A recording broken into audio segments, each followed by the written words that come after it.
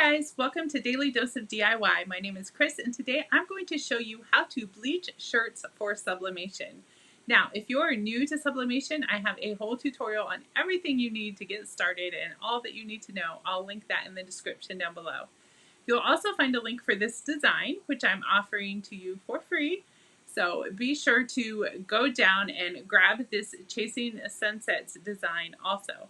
Now, there are two main ways you can bleach shirts for sublimation. There might be more, but we're going to cover the two main ones.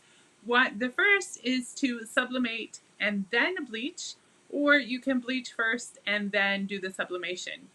Let's go ahead and get started, and we are going to do this one first, how to sublimate your design on your shirt and then bleach. Okay, I have my shirt here. My heat press is warming up, so we're going to go ahead and get ready with a pre-press. And to pre-press, I like to fold my shirt in half so I know where the center is. And of course, with sublimation, infusible ink, or anything like that, you want to pre-press and get your shirt ready. It helps remove the moisture so that we will get a nice transfer. It doesn't matter if you move. I kind of have cold spots, so I'm going to move mine around. It doesn't matter if you move your heat press around in this step. If you have an EasyPress, you just want to give it probably 15 seconds or so. You can see the steam come up as I take my press off. Get that moisture out. So then I'm going to move that to the side. I will give you a link to everything I'm using in the description, also all the supplies you need and where I got them. This is a next level shirt and it is 40% polyester. On my next video, I'm going to cover all the best shirts for bleaching and sublimation. So be sure to like and subscribe so that you don't miss that video. Now I have, where I folded it in half, a nice crease here where for the center of my shirt. I already have the design printed, which I'm sharing with you for free. And we're going to put the design side down on top of the shirt. And my general rule of thumb is to go about 2 inches, that's about 2 inches, maybe a little lower, from the bottom of the collar. And then it might be hard to see on camera, but I can still see my crease to eyeball the center. Now the next thing you want to do is make sure you get it taped down well. Let me find my tape. Okay, I found the tape. So we do not want this to move. Okay. Now I need to find my scissors. Please hold. Got it. They were under my shirt. I forgot I put the tape in this dispenser if you want to use an old tape dispenser, so I wouldn't have to restart it every time, but the dispenser is not sharp enough to cut the tape. So while it's good that you don't have to find the end of that tape every time you need a new piece, you need scissors still to cut it. I'm going to tape down every side so that it does not move. I have my heat press set at 400. And I'm going to set the timer. It's for 60 seconds. Note, I totally forgot to use my parchment paper. Please don't forget to put your parchment paper over the design or you could get ink on your EasyPress.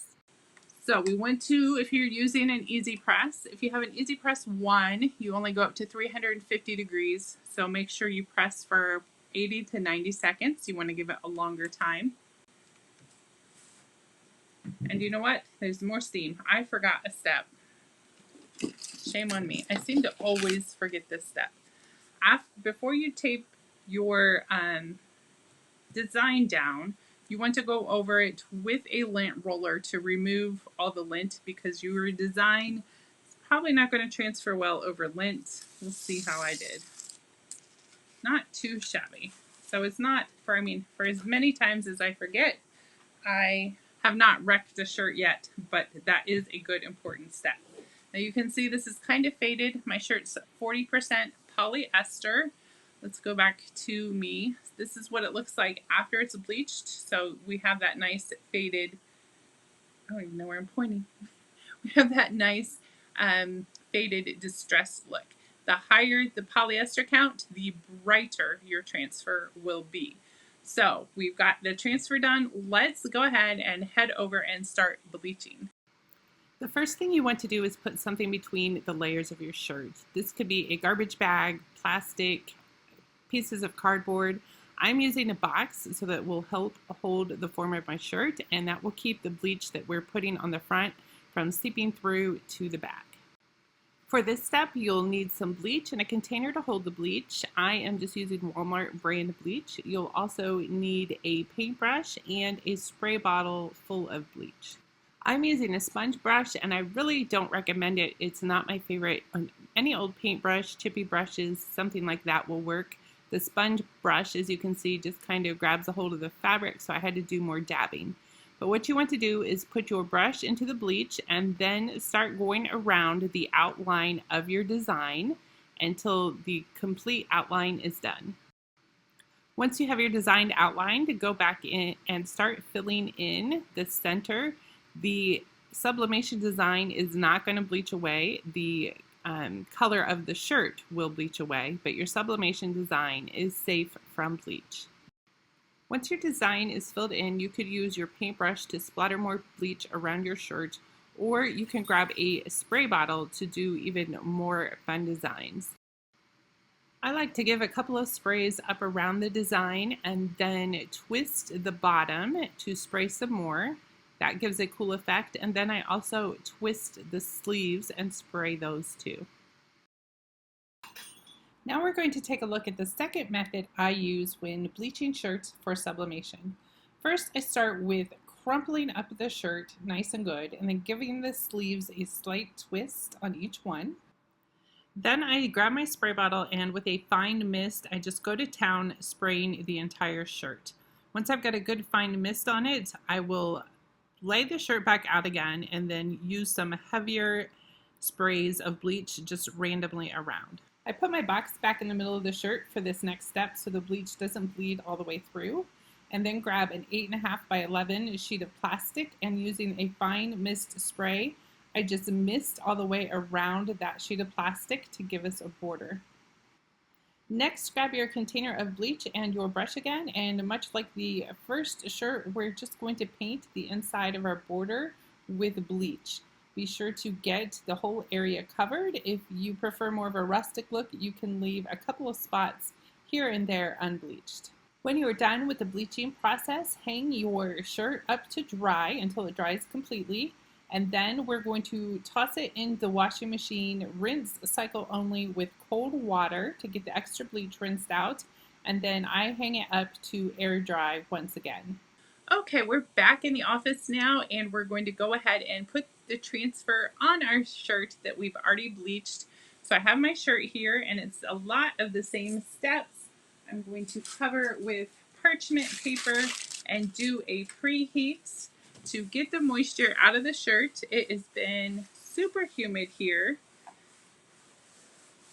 and we don't want moisture messing up our design.